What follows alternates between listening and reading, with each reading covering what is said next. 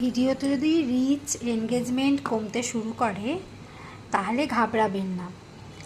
অবশ্য করেই মনে সাহস রাখবেন, মনে ইচ্ছা রাখবেন, আর হচ্ছে গিয়ে বেশি বেশি করে অন্যর ভিডিও দেখবেন, অন্যর ভিডিওতে লাইক করবেন, কমেন্ট করবেন, গঠনমূলক কমেন্ট অবশ্য করেই গঠনমূলক কমেন্ট করবেন। দেখবেন অনেকটা আপনি রিচ এনগেজমেন্ট বাড়াতে পারবেন। এরকম তো জীবনের সমস্ত ক্ষেত্রেই হয়ে থাকে।